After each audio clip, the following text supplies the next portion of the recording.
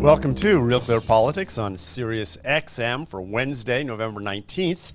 I'm Andrew Walworth, and joining me are RCP President and co-founder Tom Bevan and Washington Bureau Chief Carl Cannon. So, gentlemen, Axios is reporting this morning that the Trump administration has been secretly working in consultation with Russia to draft a new plan to end the war in Ukraine. This is reportedly without the input of the Ukrainians. The plan has 28 points, so it sounds like it's kind of modeled on the Trump plan for Gaza. Trump envoy Steve Witkoff is the key negotiator. Meanwhile, the war in Ukraine continues. So, Tom, how serious should we take this news of a secret plan?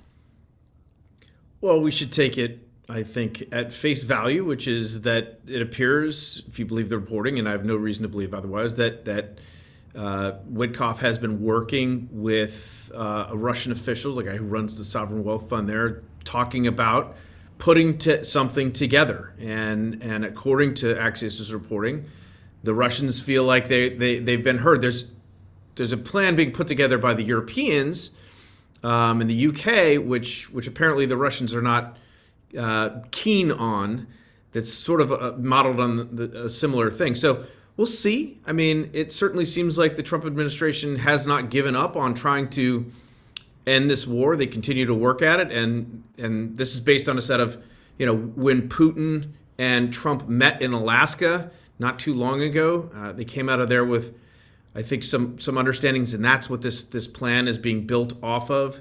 There are apparently 4 different buckets of things that these 28 points fall into. So, again, we'll see what happens. We have to wait and see. I mean, so far, we've had a number of false starts and nothing's come to fruition yet. So I don't know. Maybe this will eventually happen, but, it's one of those I'll believe it when I see it type deals. Yeah, I mean, the fear in Kyiv whenever they hear that the Russians and Americans are talking is that the Russians are happy with the plan, right? Yeah, it's a good plan we got going. So. Yeah.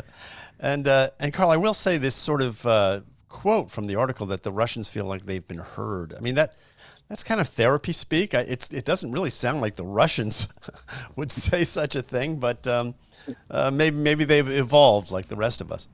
Well, the Russians are, talking about their truth. Right. Their truth, that Ukraine, their lived experience. Yeah, that Ukraine is not a real country, that Ukrainians are not a real culture, that the United States wanted to turn Ukraine, recruit them into NATO to isolate and diminish Russia. That's their, since we're using, that kind of language, that's their truth. But their truth isn't the truth. And the truth is that Ukrainian culture predates the Russian nation. It's sort of equally old. And the idea that you have this amateur American diplomat whose claim to fame is Donald Trump has confidence in him, that's a start, is negotiating a deal without input from the Ukrainians. That would worry anyone. I mean, you don't have to go back to Czechoslovakia in 1938 to see that this is not. And what does Russia want? Russia wants it. Vladimir Putin has said that he wants them to be basically in the Russian Federation and not really be recognized as a nation. All right, well, that's a non-starter. He wants, half their territory, these vast, rich natural gas fields. He wants those. He wants assurances that Ukraine will never be able to join NATO, which, I understand why they'd feel that way, but if Ukraine is a sovereign nation, it can enter any alliance it wants. So what he wants is for Ukraine not to be fully sovereign as a country. What they want is to be rid of Russia and Russian influence. So this is a negotiation that it's probably better off being done in secret, because if it was done publicly, one side or the other would blow it up. But I don't, this is the conflict that Donald Trump said various times he would solve in one day. Once he even said he could solve it before he even was inaugurated. And what we have now is the outlines of a plan that we have no, despite Russia saying they've been heard, there's no indication that Vladimir Putin even wants peace. So Carl, you sort of referred to Steve Witkoff derogatorily there as an amateur. And I'm curious because the professional negotiators have done such a good job over the years on all of these issues. You know, the John Kerrys of the world negotiating the Iran deal and the like. I mean, what's your problem with Steve Witkoff? Well, Tom, if you're going to say because the experts have made a hash of the world, you don't necessarily trust them, and it's time to have, fresh thinking and new blood, I wouldn't really argue that point. Okay, all right. Well, it does seem that there is this sort of two-track to give the Trump team some of their due. I mean, it was announced also that the Ukrainians have fired these U.S.-supplied long-range missiles into Russian territory. These are the first time they've fired them, or acknowledged firing them at least, since we lifted those restrictions on their use. So, Tom, it does seem like there's a two-track approach here. We are not. We are allowing the Ukrainians to fight this war to the last Ukrainian. At the same time, we are negotiating with the Russians. I mean, it sounds like that's the way diplomacy works, if it's going to work at all, right? Yes, but I think to Carl's point, I mean, the two sides seem still very far apart. In some ways, their wants are irreconcilable, right? And so it's like, well, how are we going to come to some sort of compromise? How are we going to get Ukraine to, make concessions? Doesn't seem like they're interested in conceding any sort of land or territory or sovereignty.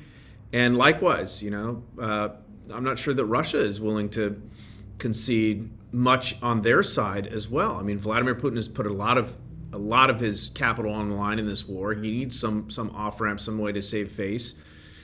So it seems like it's almost, I don't want to say intractable, but pretty close to it. And as Carl said, I mean, Trump thought he was going to get this done. He still hasn't. He's been working at it diligently for 10 months, and we appear to be no closer. And speaking about people who misread the situation, Vladimir Putin thought when he rolled Russian tanks across the border that this would be over in days. The fighting's gone on for years now. And when it began, there was every indication, not because I'm making, Third Reich analogies, but because Putin said so himself. He seemed to want to reconstitute the old Soviet Empire. Maybe not all of it, but he's spoken covetously about the Baltics. They already took Crimea. They've already taken part of Ukraine. I assumed Moldova or Belarus was next. Belarus has sort of forestalled invasion by just becoming a de facto satellite of Russia. There's no evidence that Vladimir Putin wants to stop what he's doing, or that Ukraine would have been the last country that he swallowed. So, Are you saying Ukraine's a domino, Carl? I'm saying that. Didn't we already go through this? You guys all poo-pooed the domino theory, and I was the sole defender. Well, if Andy, you said that we're letting the Ukrainians fight to the last Ukrainian. A democratic country has asked for our help to resist a totalitarian country, and so far the United States has given them armaments, no personnel. The question a president who thought of Vladimir Putin the way I do would have to say at some point to the Joint Chiefs of Staff, gee, if we have to get involved in this, where do we want to fight? To be Poland? Is Ukraine the place to do it? How about Estonia? I mean, this is what Neville Chamberlain and Winston Churchill and Franklin Roosevelt and all the Western leaders in the 30s wrestled with. When will he stop? He being Hitler. Well, he never did stop. And when he invaded Poland, World War II started. So I think one of the things that President Trump is trying to do, and I think Steve Witkoff is trying to do, is get some assurances from Russia that if there are concessions made, that Vladimir Putin will honor them and be satisfied with them. I don't know if there are any concessions like that, but in that sense, when you think about it, Europe and the United States thinks this is bigger than Ukraine. There's more at stake here, and so if they have to give up some territory of Ukraine's, which wouldn't go down well with me if I were Ukrainian, but if it forestalls World War III, I mean, those are the kind of calculations people are making. And remember this: Ukraine has fought to a standstill, the Russian army, this vaunted military force. They're equal, but they can't win the war in any decisive way for the simple reason that Russia has more nuclear weapons than any country in the world, and Ukraine has none. And I will also say Ukraine gave up its nuclear weapons when the Cold War ended. The Soviet Union broke up, and they did so in return for Russia agreeing to accepting their sovereignty. So, and that agreement has been breached. And so the other thing, if you're Ukraine, is that what assurances could Russia give that you would really think they could possibly believe in? Right. Yeah. Well, I want to talk about some other foreign policy news. Trump wrapped up this meeting, his White House visit with Mohammed bin Salman, or MBS as we call him, and it included this exchange in the Oval Office. It got a little attention. Here's President Trump and MBS responding to a question about the murder of Saudi dissident journalist Jamal Khashoggi. As far as this gentleman is concerned, he's done a phenomenal job. You're mentioning somebody that was extremely controversial. A lot of people didn't like that gentleman that you're talking about. Whether you like him or didn't like him, things happen. But he knew nothing about it, and we can leave it at that. You don't have to embarrass our guest by asking a question like that. And it's been painful for us in Saudi Arabia. We've did all the right steps of investigation, etc., in Saudi Arabia, and we've improved our system to be sure that nothing happened like that. And it's painful, and it's a huge mistake, and we are doing our best that this doesn't happen again. So, Carl, what do you make of that exchange? I mean, there's Trump in the Oval Office basically denying what our own intelligence service have said about the guy next to him. Not only that, he's denying what he himself has said before, and he's pretended he never said it. And it was actually disgusting and embarrassing for an American president to talk like that. The Crown Prince actually, sort of this non-denial denial, this sort of passive lie in the passive voice. Now his English isn't great, but neither is Donald Trump's. But this is something Trump, and he disparaged the murder victim. He disparaged, the columnist Khashoggi, the part-time columnist for the Washington Post, and a person who was pushing for openness in Saudi Arabia, a Saudi Arabian dissident. Of course, some people didn't like him, especially, fascist leaders of countries where they try to have no human rights. And I thought what the Crown Prince did, he kind of batted it away, but in a way that, like I said, he said the minimum. Donald Trump didn't need to weigh into this at all. It was an odd thing to do. And I think he blurted out, the truth. You've embarrassed my guest. But first of all, that displays sort of a singular lack of, deftness with language. He could have said what he really believes. He could have, and it would have been better. He could have said, you know what, that was an unfortunate thing. I said things at the time. I'm not taking them back, but we decided to turn the page. There's more at stake here, and I'm not going to defend that. And the Crown Prince is not going to defend it. Hopefully they've turned a new page. He just said that they have, and I hope that's true, because obviously you can't go around the world killing journalists. But we're here to talk about bringing peace to the Middle East and saving thousands and thousands of lives. Could have said that. Mm. Tom, what did you make of that exchange? We talked about this yesterday, and nobody's defending the murder of Jamal Khashoggi. And I don't know that, of course, Carl, I mean, it's easy to sit here and then sort of, Monday morning quarterback what Trump should have said. And I mean, every day you said that before you could do that every day with Donald Trump, because he often says things in ways that could be said better if he had a better command of the language and deftness. So, and he didn't need to contradict the survey. He didn't need to do that. But I do understand. I mean, here you have, and I'm interested in your take on this, Carl, because I'm not sure. I don't remember it being like this, but maybe it was. So here you have the President of the United States in the Oval Office with a leader from a foreign country, and they're going to have a state dinner, and they're doing all of this, pomp and circumstance, trying to build this relationship. And a reporter goes in the Oval Office and does try and embarrass him in front of, and then her second question was about the Epstein files for Donald Trump, trying to embarrass him. And that is, I'm not sure that's appropriate. I mean, you might say, oh, well, it's the press's job to ask questions. Is it the press's job to try and embarrass the president of the United States by asking his guests these, questions that are specifically designed to, humiliate them or dredge up stuff that makes them look bad?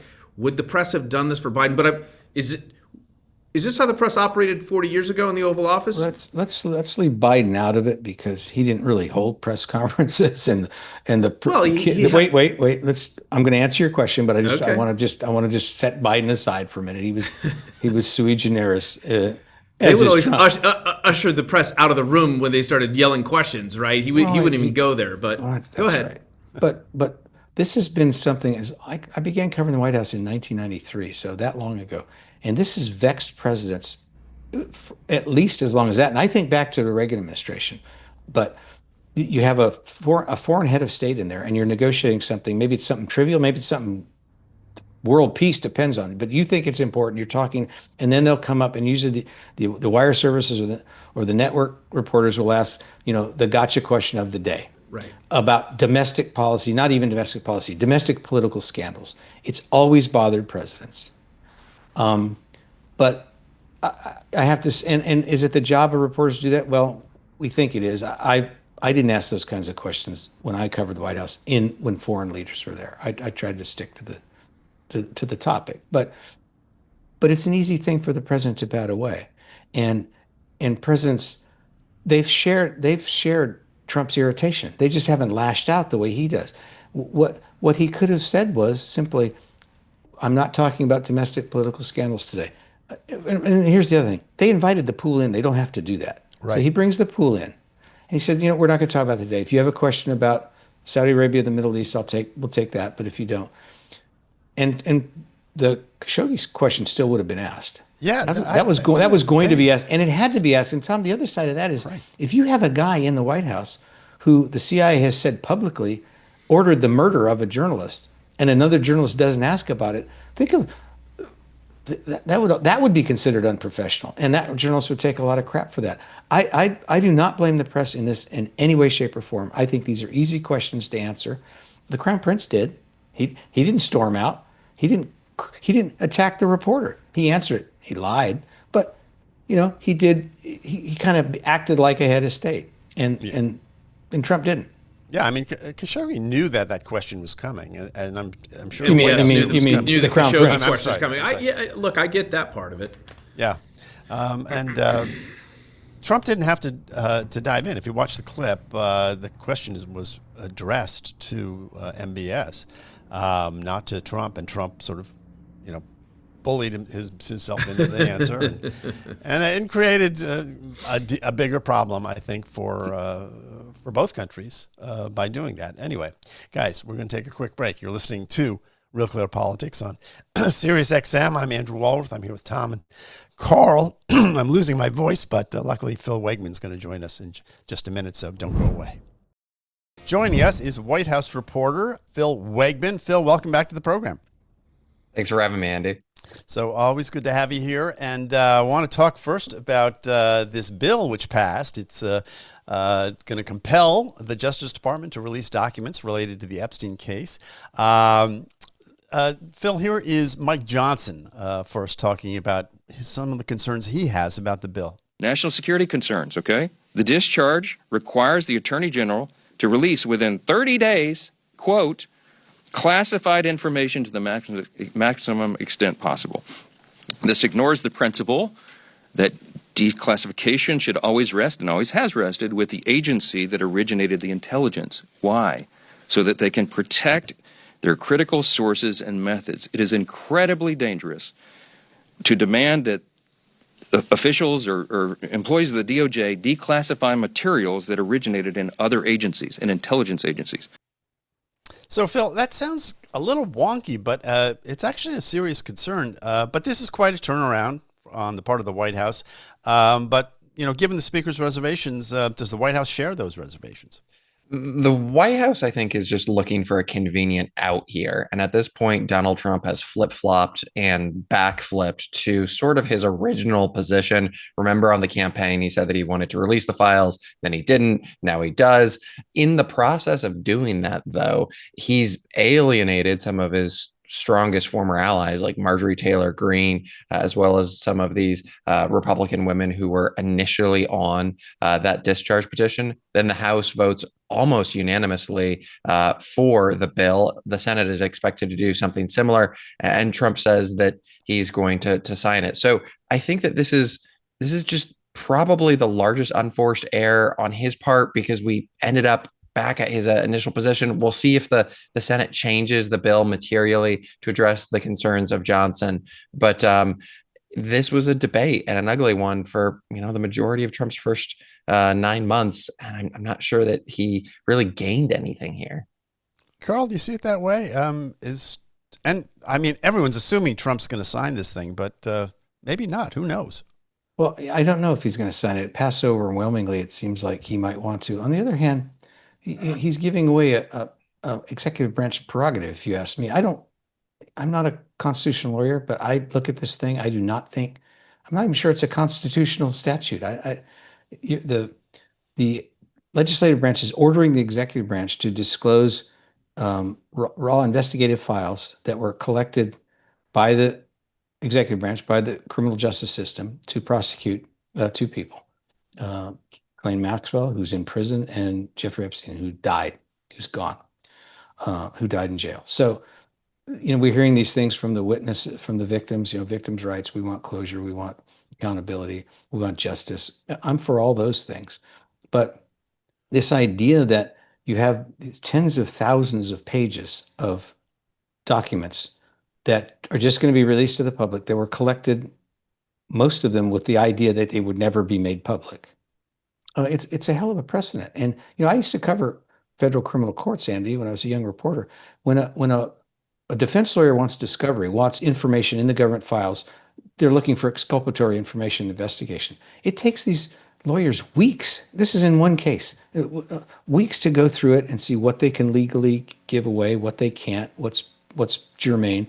There'll be a witness will tell a FBI agent, this woman, here's her phone number. You call her, she might know something about it. There's all this material in there that wasn't ever supposed to be made public. And I suppose the victims are what the victims seem to believe. What they do believe is they've said so, is that there are people who have never been held accountable and maybe should be, and maybe even criminally. I get that. And if that's true, then all right, more power to them. But that's not the motivations here it wasn't the motivations of the MAGA, this segment, this small vocal MAGA base who agitated during the campaign to release these files. And it's certainly not the motivations of the Democrats who never said a peep about this when Joe Biden was president.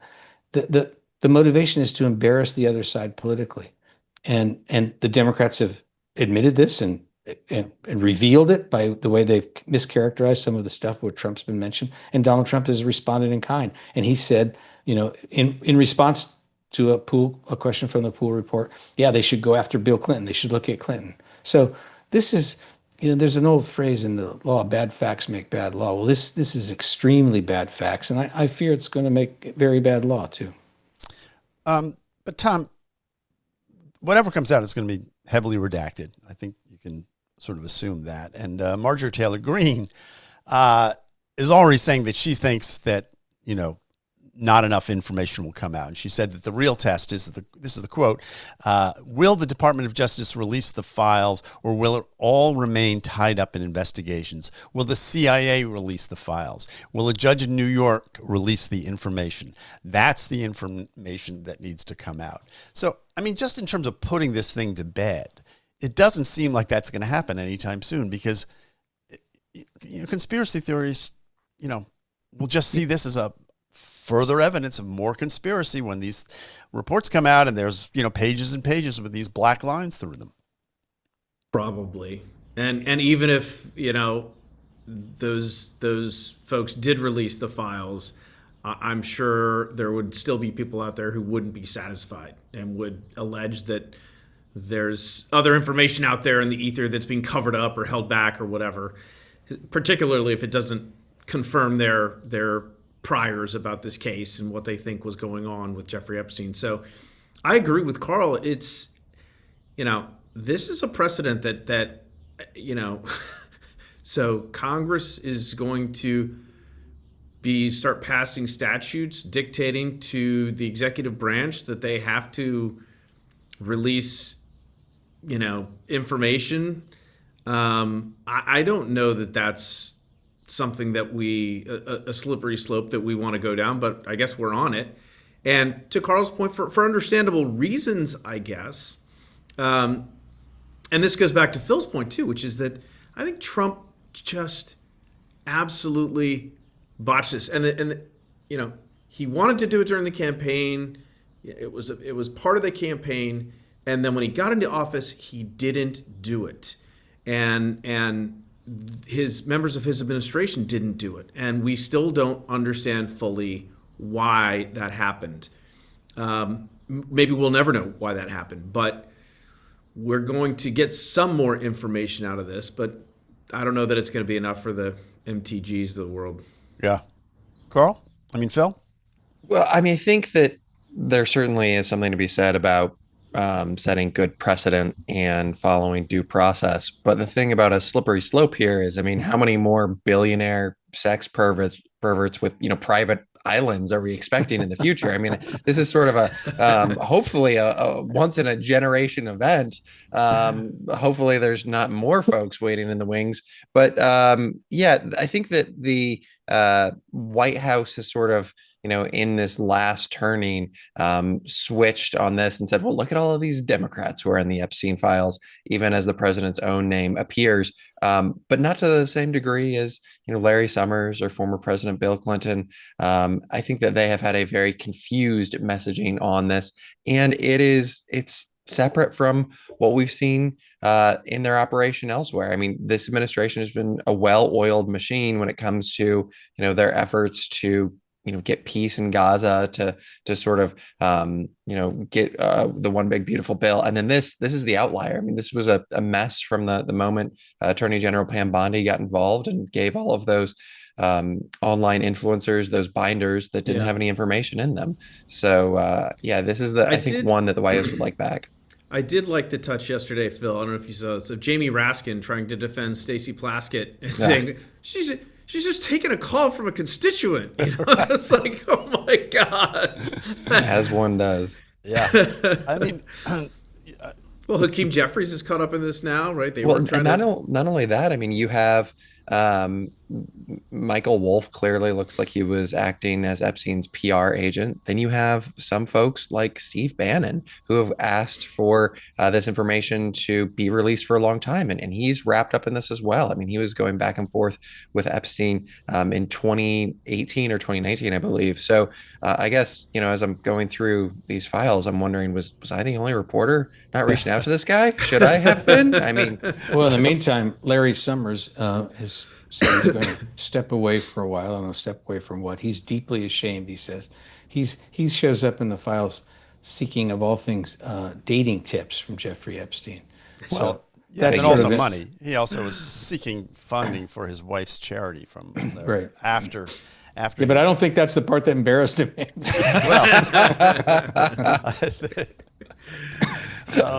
But Summers really is, so far at least, he seems to be the first. The Phil, do you think of many that will sort of have their careers? We're talking about the domino theory again. Yeah. Phil?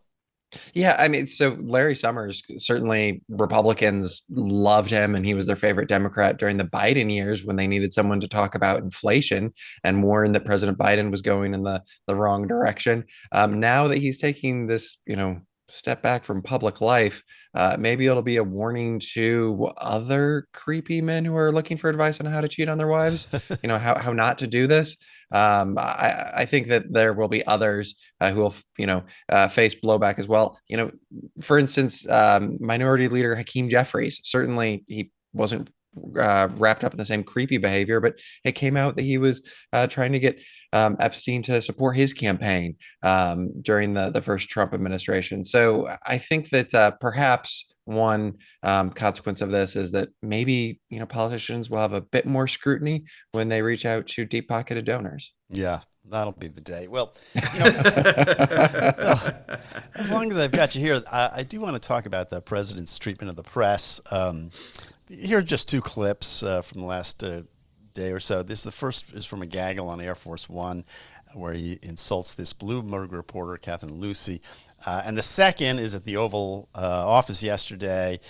This is in response to ABC's Mary Bruce, who questioned him about his family ties to Saudi Arabia and the Epstein file. So this is the president, two locations. Sir, yeah, Jennifer, there's nothing incriminating in the file, sir? Why are you acting as People are wise to your hoax, and ABC's your company, your crappy company, is one of the perpetrators. And I'll tell you something. So why not just sign it now? I think the license should be taken away from ABC, because your news is so fake and it's so wrong.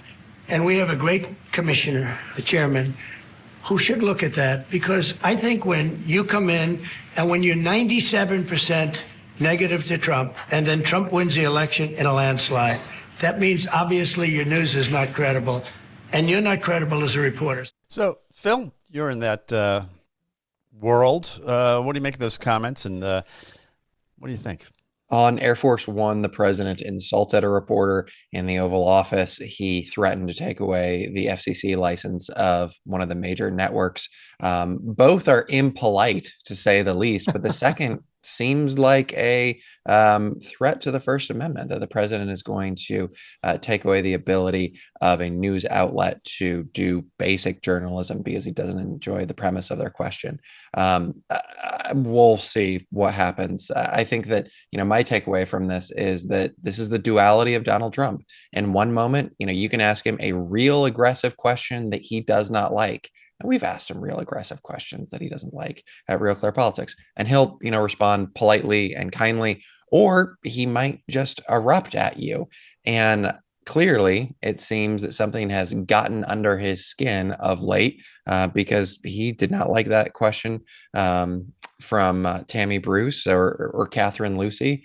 And he gave his critics Mary Bruce, Phil. Mary Bruce, excuse me. And he gave his critics exactly, what they wanted.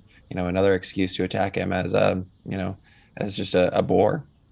Carl? Yeah, I'll take the bait. I'll attack him as a bore. It'd be boorish for anyone to say, any man to say to a woman who asks a question, a quiet piggy. That's just unacceptable. But for the president of the United States, to say it's unpresidential, it's indecent, and it makes Trump look bad. The question from ABC, this is what third world dictators do. It's what Putin does. An outlet says something he doesn't like, they close the outlet. And there were these No Kings marches, and I made fun of them. I thought that's over the top. But since then, Trump confirms people's worst fears about him. He acts like a king, and I wish he'd stop. But I think my guess is he'll end up apologizing for that quiet piggy remark. The reporter in question, by the way, is not overweight. She's not piggish. She's she's a very attractive person and a very professional person. And she had no point, Carl. Well, she had no business being on the receiving end of schoolyard, a fourth grade taunt. I stick by that. I think regardless of her appearance, age. Well, come on, Andy. If someone was disheveled and if someone and had food on her face, my point is, called me piggy, for instance. Andy, you're missing the point here, Andy. The point I'm trying to make is that this is it's an uncalled for insult. There's nothing that justifies it except you not wanting to be asked a question, you, the president. And I think it's worth saying these two reporters comported themselves professionally. Maybe the questions are aggressive questions, but why would that bother Donald Trump? He's very aggressive. He knows how to answer these questions. He does not have to engage in immature, childlike name calling, and he shouldn't be threatening news organizations. Can't we all agree on that? Yeah, Tom. What do you think? Well, I'm going to do a modified defense of Donald Trump, not on the piggy thing. I mean, Trump has a history of making these, callous remarks about insulting to women and female reporters. It's the worst part of Trump. Doesn't need to do it, as Phil points out. Just gives his critics and enemies, just confirms all of their worst critiques about him. So beneath him, beneath the office, of course, and he should apologize, quite frankly. The Mary Bruce question, the attack. I mean, he likes to attack the networks. I understand that. Threatening to pull their license, probably too far. But his overall point about the fact that ABC, CBS, NBC running relentlessly negative coverage about him, that's true. And the networks, they're supposed to have, particularly when they're we're not talking about opinion shows or entertainment shows. We're talking about their news divisions, right? And like The View, for example, is included in the ABC News division, even though it's, hardly a news show. But, you've got, 5 super left-wing people and 1 sort of anti-Trump Republican on there, and they never have a Republican guest, like, ever. There's no sense of balance. They don't even care. And I think that is a problem. I think ABC News has an obligation to do a better job of representing both sides when they're reporting the news, and they don't. And so that's the defense that I will offer of Donald Trump. I think he's right to be angry about that. Do I think they should pull their license? No, maybe not, but I think he's trying to get their attention. Phil, last word. I think that honestly, everyone got what they wanted from that exchange in the Oval Office. Donald Trump was able to signal to his supporters and other Republicans that he's being aggressive with the press, who's unfair to him. Reporters are able to say, look, we are holding the powerful to account. At the end of the day, it was, largely expected. And I think that, again, from Trump's perspective here, he had to know he was going to get a question about Jamal Khashoggi, and yet he still decided to let reporters into the Oval Office because he can't help himself. Because even the reporters who he says are fake news, he wants them there at all times. He hasn't been able to break that bad habit from the first administration, and the press is the beneficiary of it. Yeah. All right. Well, Phil, thanks for joining us. You're listening to Real Clear Politics on Sirius XM. I'm Andrew Walworth. I'm here with Tom and Carl. And before we go away, I just want you to listen. We're all looking for a way to make more money. But let's be honest, the idea of learning something new, taking on more risk, or working harder, nobody wants that these days. That's where TrueTrade comes in. Their AI-driven technology enables you to generate income passively without risking your own capital, wasting your time, or needing years of experience. TrueTrade has created institutional-grade software, same type hedge funds and big banks use, but now it's available to everyday people like you and to me. Here's the best part. They'll even guarantee your trading capital. We're talking hundreds of thousands of dollars you can trade with. And I don't know about you, but that kind of funding could be life-changing. Looking for a smarter way to make money? Download their mobile app on Android or iOS, or go to truetrade.io right now. That's TRUTRADE.io. Funding accounts are limited, so don't wait. Reserve your funding today and let technology earn for you. See terms to learn more.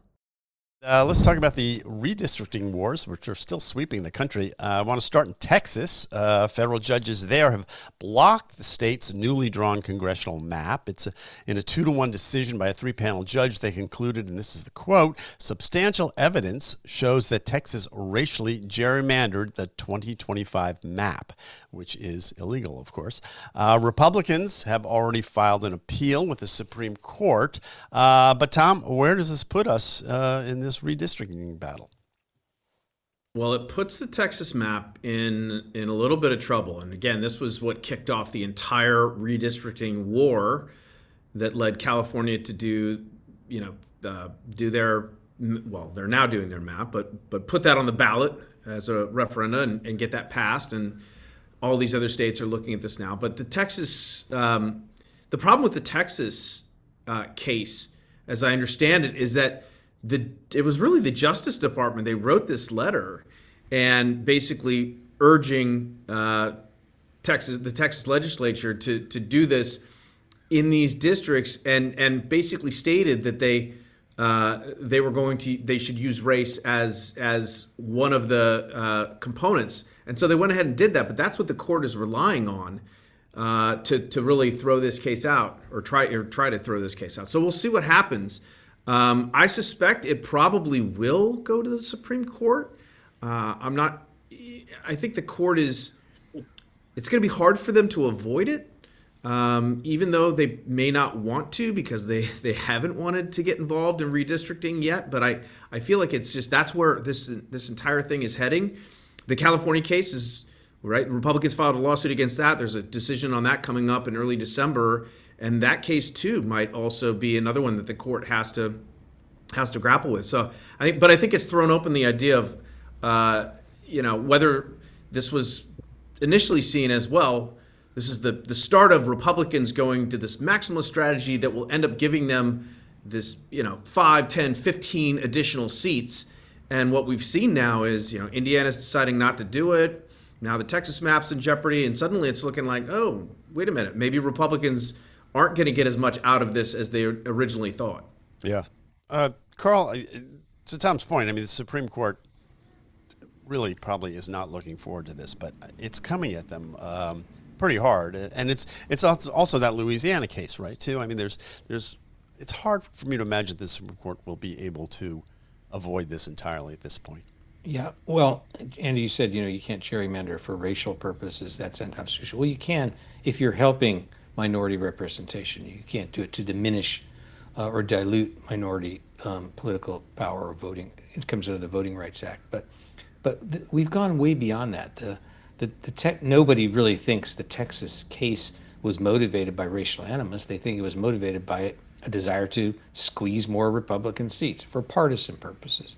That's the California maps, which you pointed out are being drawn now, or Tom pointed that out. They have to be careful not to run afoul of the Voting Rights Act, but nobody thinks that was racial. They're trying to get more Democratic seats. And it's becoming clear to me that at some point, maybe not this year, maybe not next year, maybe not even the Roberts Court, but the Supreme Court is going to have to tackle this other issue that it has never wanted any part of, which is at what point is gerrymandering for purely partisan reasons run afoul of the Constitution, 14th Amendment or other provisions? Because you have a state, Massachusetts, no Republicans in the Congress, that state. Maryland, we've talked about Maryland before, one Republican in a state that elected a Republican governor twice recently. And, and where Trump gets, 40% of the vote. So across the country, and the California thing might be an interesting test case, or if Illinois decides to squeeze more Republicans out, you would have to have plaintiffs from both parties, I think, from around the country. It wouldn't be about race, and you'd say it's time for this. That argument, that's a separate argument. It's an older argument. This is a new argument that you are disenfranchising people. You've gone so far that there's a constitutional question. It reminds me. I mentioned this. I think Jack Kent Cooke, when he was owner of the Washington Redskins, which is what the team was called then, once said that he gave Edward Bennett Williams, he said, I gave Ed an unlimited expense account, and he exceeded it. And I think the Supreme Court has given the Democrats and Republicans unlimited, authority to gerrymander, but I think they've exceeded it. And so my question is whether we're going to have a new issue before the court at some point in the future based on partisanship, not race. What about the timing of this, Tom? Because it seems to me that the midterms are going to be here soon. It feels like they're already upon us. And do I have that tick-tock on this right? I mean, if the Supreme Court either delayed or didn't take up the Texas case, they can't redraw. I mean, that's it. I mean, there will be no new maps in Texas. And yet California might very well go forward, in which case the Republicans will end up behind in the count. and sort of lost 5 seats. Yeah, lose 5 seats. Is that possible? I guess it's possible, and we'll have to wait and see what happens in California. It seems like that these cases would you in tandem, but that's not a guarantee. I suppose you could end up with a situation where the Texas map gets thrown out and they lose. They either lose on appeal or don't get the Supreme Court doesn't take the case, and the California map is allowed to go forward. And that's probably a worst case scenario for Republicans for sure. But it seems like these cases should probably move in tandem. But as I said, we'll have to wait and see. Yeah. And what about what is it, Indiana, Carl, where the president's still pushing, and they are yes, and they're pushing back. Well, and he's viciously attacked Republicans who won't go along with his plan. Not just called them rhinos, but losers and hopeless dolts and whatever his insult du jour is. He's attacked his own party.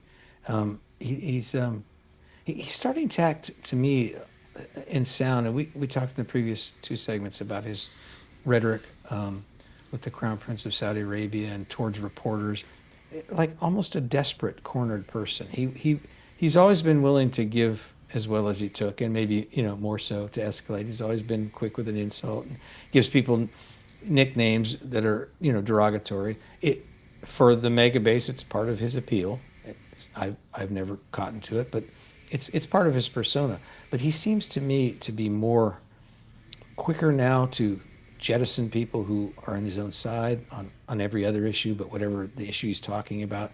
And he seems to me, and these poll numbers are going down, his job approval rating, he seems almost like a person who sounds like he's cornered now. And I don't, that's one seat in Indiana he's gonna lose his mind over. You sound like you're on MSNBC, Carl. The walls are closing in on Donald Trump. This time we've got him. Tick, Well, we got touche, Tom. We got about 30 seconds here, Tom. But I'm just wondering, is it possible that maybe at the end of the day that there's no gerrymandering allowed, and that we go back to and we have to wait till 10 years?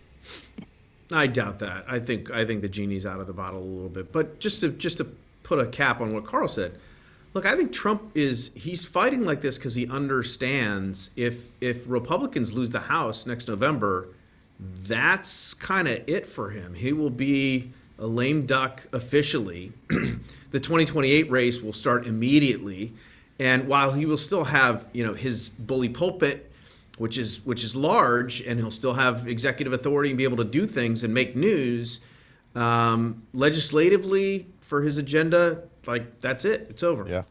All right. Well, guys, that is our program for today. If you're listening on the podcast apps or watching on YouTube, be sure to subscribe, send us a comment. I do read them, and it's great to hear from all of you. If you're listening on the Megyn Kelly channel on Sirius XM, well, I do. And we'll be back here tomorrow at 11 a.m. Eastern. Stick around because Megyn is coming up next. I'm Andrew Walworth on behalf of Carl, Tom, everyone here at RCP. Thanks for joining us. We'll see you back here tomorrow.